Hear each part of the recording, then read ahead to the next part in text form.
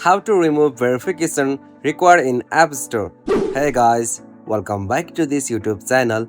Today I will show you that how can you remove verification required in the App Store. So let's get started. On this process, at first you'll have to open the settings on your iPhone.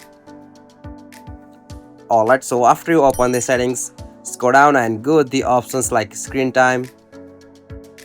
Alright, so from the screen time section, scroll down and go the options like content and privacy restriction. Alright, so from this section, make sure that you have turned on this content and privacy restriction from here, and after you turn on it, you'll have to just tap on the option iTunes and App Store purchases, and from here make sure that you have turned on these features like don't require on the require password section. So after you turn on this don't require, you'll have to just back from here, and from the settings section again tap on Face ID and passcode. Alright, confirm with your Apple passcode.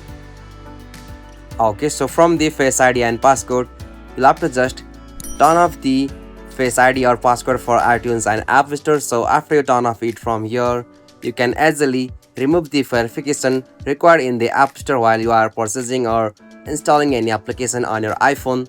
So this is the process.